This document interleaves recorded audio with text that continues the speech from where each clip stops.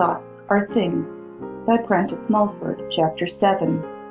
Some Laws of Health and Beauty. Your thoughts shape your face and give it its peculiar expression. Your thoughts determine the attitude, carriage, and shape of your whole body. The law for beauty and the law for perfect health is the same. Both depend entirely on the state of your mind, or in other words, on the kind of thoughts you most put out. Receive ugliness of expression comes of unconscious transgressions of a law, be the ugliness in the young or the old, any form of decay in the human body, any form of weakness, anything in the personal appearance of a man or a woman which makes them repulsive to you, is because their prevailing mood of mind has made them so. Nature plants in us what some call instinct, what we call the higher reason, because it comes of the exercise of a finer set of senses than our outer or physical senses. To dislike everything that is repulsive or deformed, or that shows signs of decay, that is the inborn tendency in human nature to shun the imperfect and seek and like the relatively perfect. Your higher reason is right in disliking wrinkles or decrepitude, or any form or sign of the body's decay. For the same reason you are right in disliking a soiled or torn garment. Your body is the actual clothing, as well as the instrument used by your mind or spirit. It is the same instinct, or higher reason, making you like a well-formed and beautiful body that makes you like a new and tasteful suit of clothes. You and generations before you, age after age, have been told it was an inevitable necessity, that it was the law and in the order of nature, for all times and all ages, that after a certain period in life, your body must wither and become unattractive, and that even your minds must fail with increasing years. You have been told that your mind had no power to repair and recuperate your body, to make it over again, and make it newer and fresher continually. It is no more in the inevitable order of nature that human bodies should decay as people's bodies have decayed in the past, than that man should travel only by stagecoach as he did 60 years ago, or that messages could be sent only by letter as they were 50 years ago, before the use of the electric telegraph, or that your portraits could be taken only by the painter's brush as they were half a century ago, before the discovery that the sun could imprint an image of yourself, an actual part of yourself, on a sensitive surface prepared for it. It is the impertinence of a dense ignorance for any of us to say what is in or what is to be in the order of nature.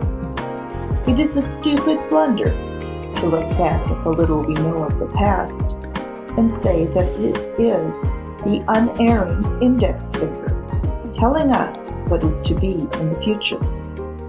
If this planet has been what geology teaches it has been, a planet fuller of coarser, cruder, and more violent forces than now, abounding in forms of coarser vegetable, animal, and even human life, and organization that now, of which its present condition is a refinement and improvement as regards vegetable, animal, and man, is not this the suggestion, the hint, the proof of a still greater refinement and improvement for the future, a refinement and improvement going on now? Does not refinement imply greater powers, as the greater power of the crude iron comes out in steel? And are not these greater and as yet almost unrecognized powers to come out of the highest and most complex form of known organization, man. And are all of man's powers yet known? Internally, secretly, among the thinking thousands of this and other lands, is this and many other questions now being asked. Why must we so wither and decay and lose the best that life is worth living for, just as we have gained that experience and wisdom that best fits us to live? The voice of the people is always at first a whispered voice. The prayer or demand or desire of the masses is always at first a secret prayer, demand, wish, or desire, which one man at first dare scarcely whisper to his neighbor for fear of ridicule. But it is a law of nature that every demand, silent or spoken, brings its supply of the thing wished for in proportion to the intensity of the wish, and the growing numbers so wishing, who by the action of their minds upon some one subject set in motion that silent force of thought, not as yet heeded in the world's schools of philosophy, which brings the needed supply. Millions so wished in silence for means to travel more rapidly, to send intelligence more rapidly, and this brought steam and the electric telegraph. Soon other questions and demands are to be answered, questions ever going out in silence from the multitudes, and in answering them, in at first attempting to carry out and prove the answers and the means shown to accomplish or realize many things deemed impossible or visionary, there will be mistake and stupidity, and blunder and silliness, and breakdowns and failures, and consequent ridicule, just as there were 10 smashes on railways and 10 bursted boilers in the earlier era of the use of steam to one of today.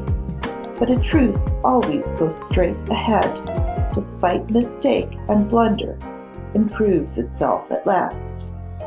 There are 2 kinds of age, the age of your body and the age of your mind. Your body, in a sense, is but a growth, a construction of today and for the use of today. Your mind is another growth or construction, millions of years old. It has used many bodies in its growth. It has grown from very small beginnings to its present condition, power, and capacity in the use of these many bodies. You have, in using these bodies, been far ruder and coarser than you are now. You have lived as now you could not live at all, and in forms of life or expression very different from the form you are now using. And each new body or young body you have worn has been a new suit of clothes for your mind, and what you call death has been and is but the wearing out of this suit through ignorance of the means, not so much of keeping it in repair as of building it continually into a newer and newer freshness and vitality. You are not young, relatively. Your present youth means that your body is young. The older your spirit, the better can you preserve the youth, vigor, and elasticity of your body. Because the older your mind, the more power has it gained from its many existences. You can use that power for the preservation of beauty, of health, of vigor, of all that can make you attractive to others. You can also unconsciously use the same power to make you ugly, unhealthy, weak, diseased, and unattractive. The more you use this power in either of these directions, the more will it make you ugly or beautiful, healthy or unhealthy, attractive or unattractive. That is, as regards unattractiveness for this one existence. Ultimately you must, if not in this, in some other existence, be symmetrical, because the evolution of the mind, of which the evolution of our bodies from coarser to higher forms is but a crude counterpart, is ever toward the higher, finer, better, and happier. That power is your thought. Every thought of yours is a thing as real, though you cannot see it with the physical or outer eye, as a tree, a flower, a fruit. Your thoughts are continually molding your muscles into shapes and manner of movement in accordance with their character. If your thought is always determined and decided, your step in walking will be decided. If your thought is permanently decided, your whole carriage, bearing, and address will show that if you say a thing, you mean it. If your thoughts are permanently undecided, you will have a permanently undecided gesture, address, carriage, or manner of using your body. And this, when long continued, will make the body grow decidedly misshapen in some way, exactly as when you are writing in a mood of hurry. Your hurried thought makes misshapen letters, and sometimes misshapen ideas, while your reposeful mood or thought makes well-formed letters and graceful curves, as well as well-formed and graceful thoughts. You are, every day, thinking yourself into some phase of character and facial expression, good or bad. If your thoughts are permanently cheerful, your face will look cheerful. If most of the time you are in a complaining, peevish, quarrelsome mood, this kind of thought will put ugly lines on your face. They will poison your blood, make you dyspeptic, and ruin your complexion, because then you are in your own unseen laboratory of mind, generating an unseen and poisonous element, your thought, and as you put it out or think it, by the inevitable law of nature, it attracts to it the same kind of thought element from others. You think or open your mind to the mood of despondency or irritability, and you draw more or less of the same thought element from every despondent or irritable man or woman in your town or city. You are then charging your magnet, your mind, with its electric thought current of destructive tendency, and the law and property of thought connects all the other thought currents of despondency or irritability with your mental battery, your mind. If we think murder or theft, we bring ourselves by this law into spiritual relationship and rapport with every thief or murderer in the world. Your mind can make your body sick or well, strong or weak, according to the thought it puts out, and the action upon it of the thought of others. Cry fire in a crowded theater, and scores of persons are made tremulous, weak, paralyzed by fear. Perhaps it was a false alarm. It was only the thought of fire, a horror acting on your body, that took away its strength. The thought or mood of fear has, in cases, so acted on the body as to turn the hair white in a few hours. Angered, peevish, worried, or irritable thoughts affects injuriously the digestion. A sudden mental shock may lose one's whole appetite for a meal, or cause the stomach to reject such meal when eaten. The injury so done the body suddenly, in a relatively few cases, by fear or other evil state of mind, works injury more gradually on millions of bodies all over the planet. Dyspepsia does not come so much of the food we eat as of the thoughts we think while eating it. We may eat the healthiest bread in the world, and if we eat it in a sour temper, we will put sourness in our blood, and sourness in our stomachs and sourness on our faces. Or if we eat in an anxious frame of mind and are worrying all the time about how much we should eat or should not eat, and whether it may not hurt us after all, we are consuming anxious, worried, fretful thought element with our food, and it will poison us.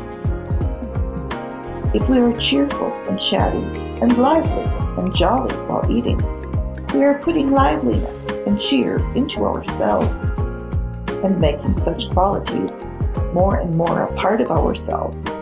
And if our family group eat in silence or come to the table with a sort of forced and resigned air, as if saying, each one to him or herself, well, all this must be gone over again. And the head of the family buries himself in his business cares or his newspaper and reads all the murders and suicides and burglaries and scandals for the last 24 hours. And the queen of the household buries herself in sullen resignation for household cares.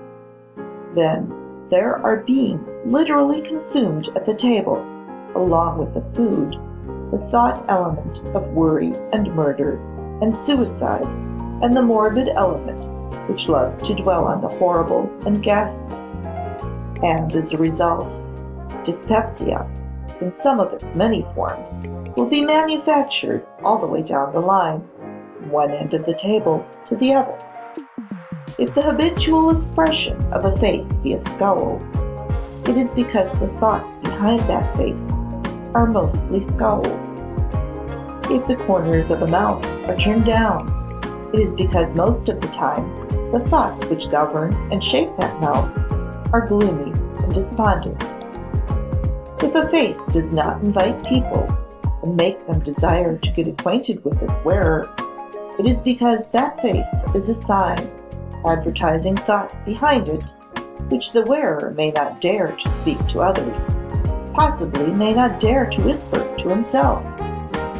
The continual mood of hurry, that is, of being in mind or spirit in a certain place long before the body is there, will cause the shoulders to stoop forward, because in such mood you do literally send your thought, your spirit, your real though invisible self, to the place toward which your power, your thought, is dragging your body head first, and through such lifelong habit of mind does the body grow as the thought shapes it. A self-contained man is never in a hurry, and a self-contained man keeps or contains his thought, his spirit, his power, mostly on the act or use he is making on the present moment with the instrument his spirit uses, his body. And the habitually self-possessed woman will be graceful in every movement for the reason that her spirit has complete possession and command of its tool, the body, and is not a mile or 10 miles away from that body and thought, and fretting or hurrying or dwelling on something at that distance from her body. When we form a plan for any business, any invention, any undertaking, we are making something of that unseen element, our thought, as real though unseen as any machine of iron or wood.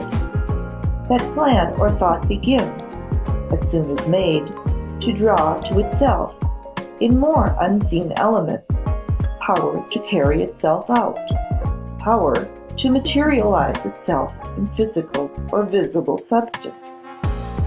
When we dread a misfortune, or live in fear of any ill, or expect ill luck, we make also a construction of unseen element, thought, which by the same law of attraction draws to its destructive and to you damaging forces or elements.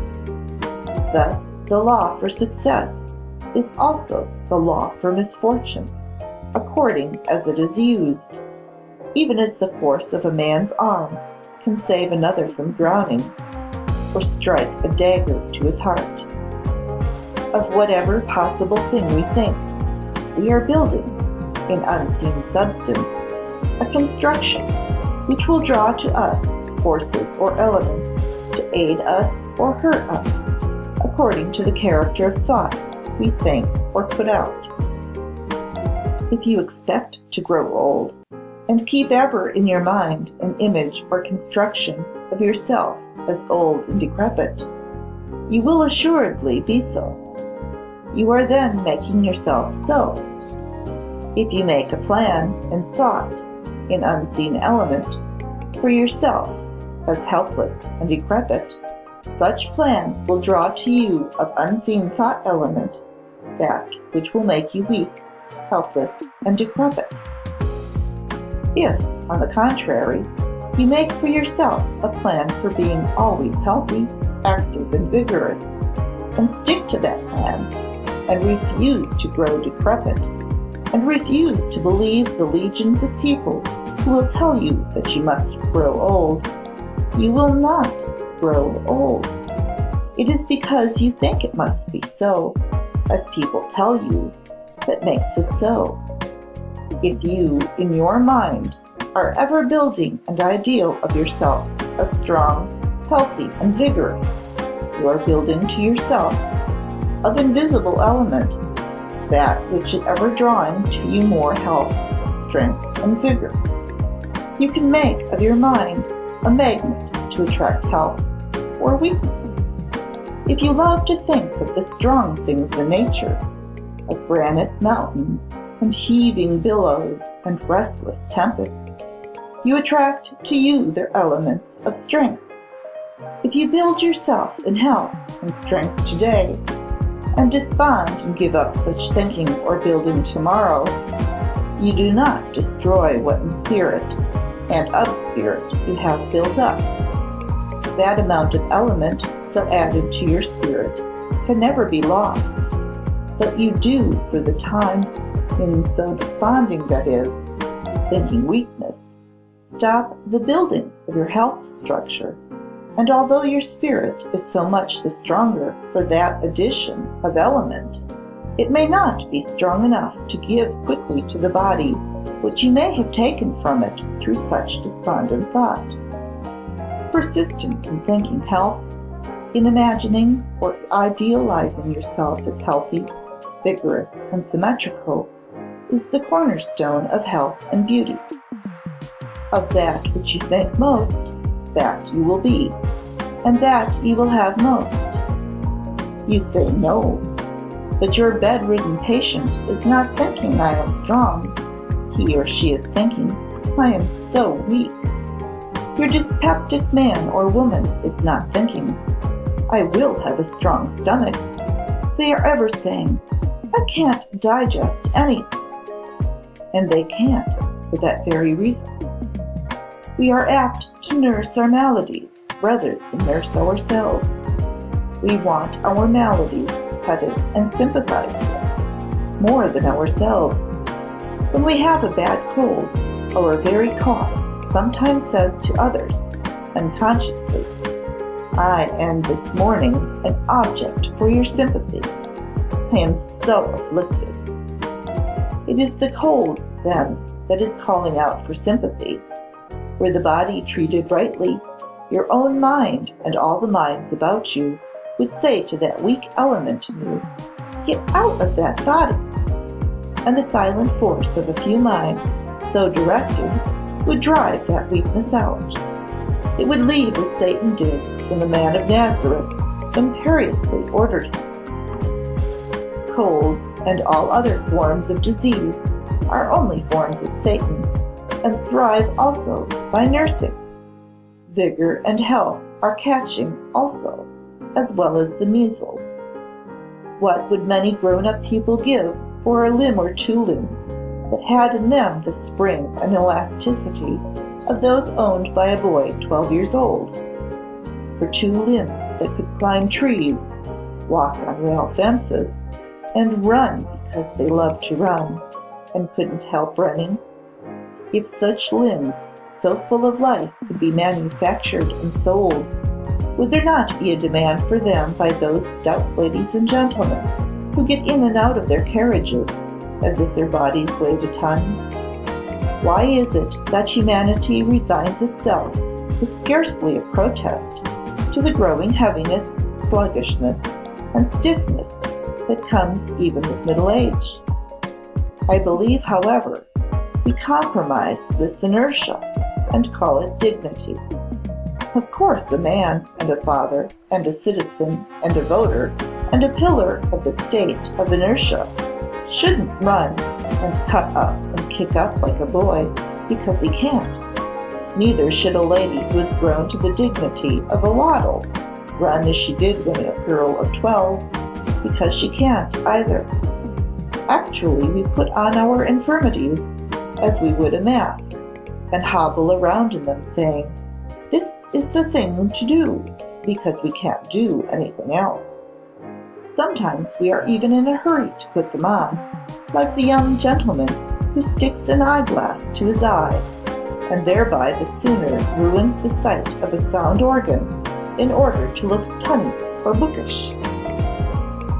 There are more and more possibilities in nature, in the elements, and in man, and out of man, and they come as fast as man sees and knows how to use these forces in nature and in himself. Possibilities and miracles mean the same thing. The telephone sprung suddenly on our folks of 200 years ago would have been a miracle, and might have consigned the person using it to the prison or the stake, all unusual manifestations of nature's powers being then attributed to the devil, because the people of that period had so much of the devil, or cruder element, in them as to insist that the universe should not continually show and prove higher and higher expressions of the higher mind for man's comfort and pleasure.